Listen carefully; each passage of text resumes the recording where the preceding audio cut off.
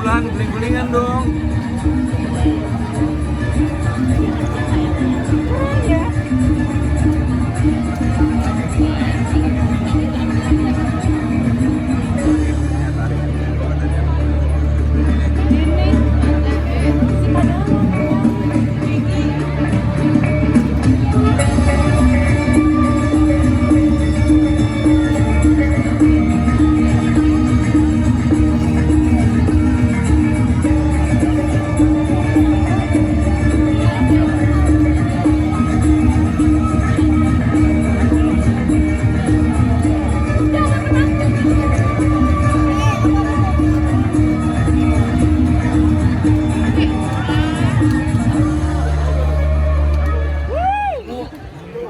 Alkisah, berdirilah kerajaan yang menghadap ke hampa Samudra Hindia.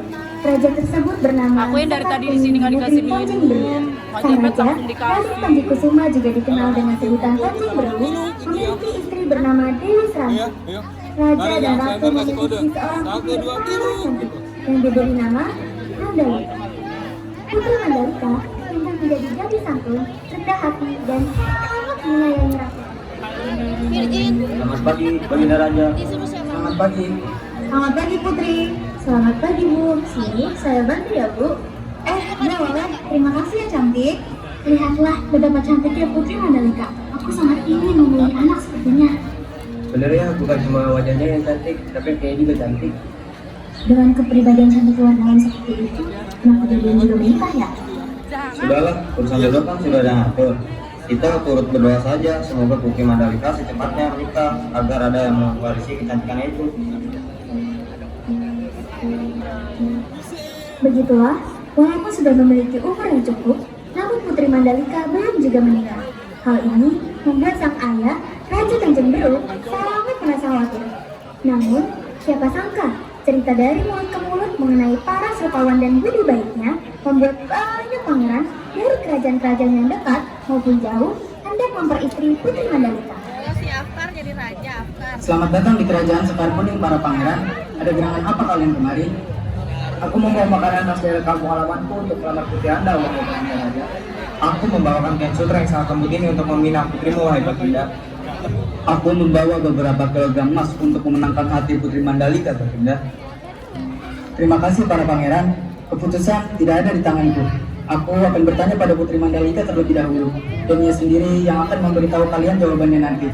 Sambil menunggu jawaban, kalian boleh tinggal di pavilion tamu kerajaan hingga Putri Mandalika memberikan jawabannya.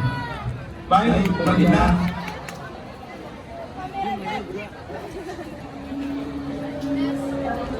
Semakin lama istana ini terasa semakin sepi saja ya, Dinda. Sabarlah Kakanda, kulihat dirimu sedang banyak pikiran saat ini. Apa kau ingin istirahat? Putriku, Ada apa Ayahanda? Adakah pikiran yang mengganggu Ayahanda? begini, sepertinya ayah harus berbicara denganmu secara serius. Putriku, kau sekarang sudah dewasa dan sudah waktunya engkau menikah. Jadi, ini yang membuat Ayahanda gelisah. Sudah banyak sekali pangeran-pangeran yang telah mengutarakan ketertarikan padamu melalui ayah. Terlebih, besok para pangeran akan datang ke kerajaan ini untuk meminta jawaban. Sebenarnya, apa yang membuatmu ragu selama ini, putriku? Terlalu banyak pangeran yang tertarik padaku. Hal ini membuatku bingung Ayahanda. Lagi pula aku juga tidak mengenal mereka dengan dekat. Aku tidak ingin salah memilih pasangan. Para pangeran itu ayah tempatkan di pavilion tamu kerajaan. Ayah memperbolehkan kamu untuk memimpin jika kamu ingin melihat sifat asli para pangeran itu. Baiklah Ayahanda, aku akan melakukannya. Begitu nanti. Tapi Pada malam sebenarnya hari, dalam proyek Putri Mandalika datang ke pavilion tamu secara sebenarnya harus sembunyi. murni karya Dia ingin melihat para pangeran yang melamarnya. Aku akan menghancurkan kerajaanmu jika Putri Mandalika memilih dirimu yang menjadi pendamping diriku. Tidak perlu repot-repot. Aku sudah menyiapkan meriam untuk menghancurkan kerajaanmu lebih dulu jika cintaku ditolak oleh Putri Mandalika. Sudah gila kalian? Bagaimana jika Putri Mandalika memilihku? Aku membawa kain sutra yang sangat lembut untuknya. Dia pasti akan sangat suka padaku. Aku memiliki banyak emas di kerajaan. Aku memiliki Dia ketawa, Cok. Ya, kerajaanku adalah kerajaan yang paling kaya dan kaya. Kecewa dengan apa yang disaksikannya, Putri Mandalika kembali ke kediamannya sambil memikirkan air mata. Ternyata lamaran-lamaran itu bukan hanya tentang tetapi juga tentang pertulangan antar suku. Akhirnya, Putri Mandalika memutuskan untuk bersembunyi untuk meminta petunjuk. Malam semakin larut. Hingga fajar menjelang, Putri Mandalika masih bersemedi hingga berhari-hari. Setelah hari ketiga, sang putri memutuskan untuk kembali ke kerajaan.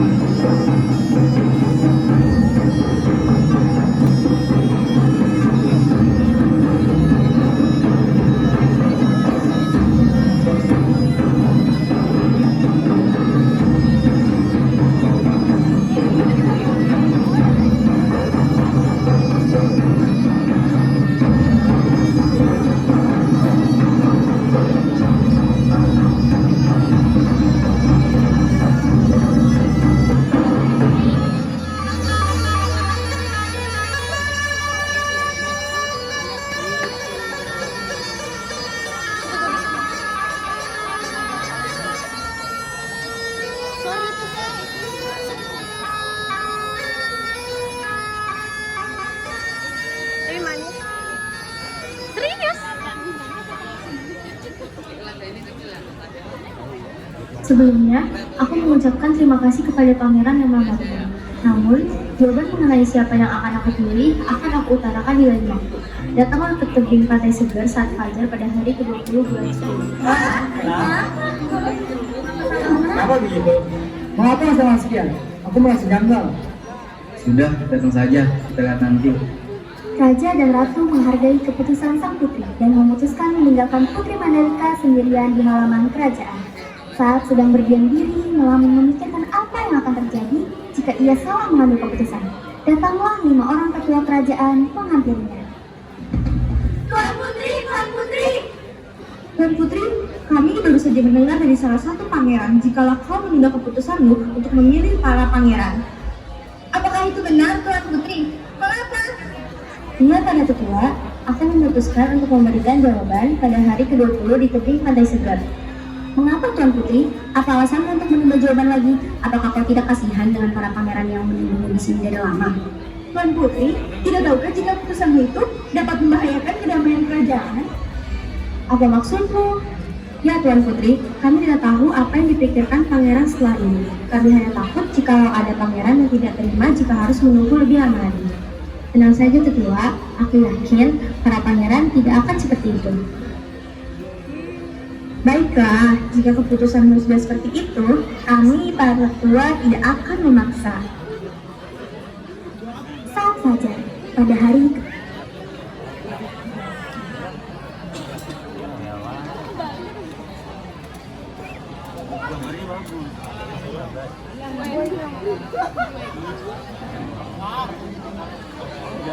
Laut.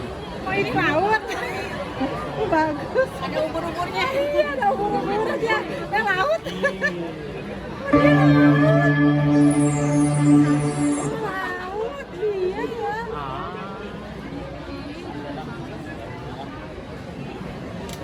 Bisa aneh.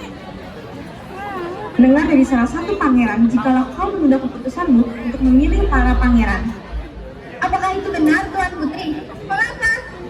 Dengan tanda tetua akan memutuskan apa alasannya untuk menunda jawaban. Tidak tahu jika keputusanmu itu. Tenang saja tetua, aku yakin para pangeran tidak akan seperti itu. Putri Mandalika juga ketika itu di hadapan para pangeran. Nah, jika keputusanmu sudah seperti itu, kami para tetua tidak akan memaksa. Saat fajar, Pada hari ke-20 bulan 10, para pangeran sudah berkumpul di tepi pantai selatan. Raja dan ratu beserta Putri Mandalika berjalan menghampiri para pangeran. Sesampainya di hadapan para pangeran, Putri Mandalika berjalan menuju atas tebing. Berdirinya aku di sini untuk mengatakan keputusanku yang sudah kujanjikan. Aku tidak ingin ada perpecahan di antara negeri-negeri di Lombok. Aku hanya ingin kedamaian untuk para rakyat. Maka dari itu, aku menerima semua lamaran dari kalian para pangeran. Ayah, Ibu, terima kasih atas segala waktu dan usaha yang engkau berikan kepadaku.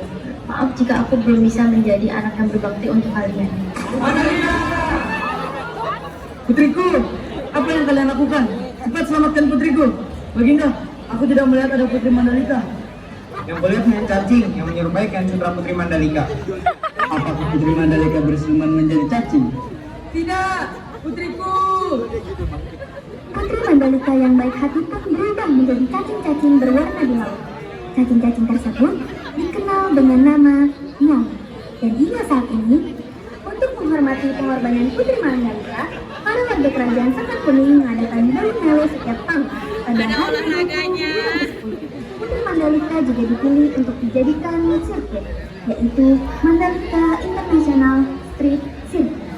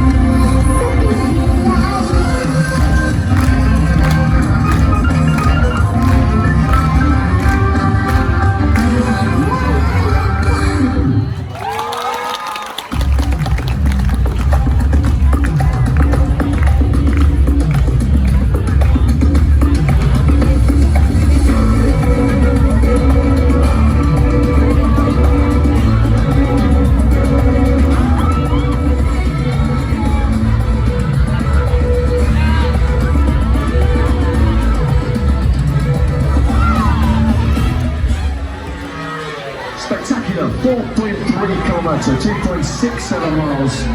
Mandalika Circuit.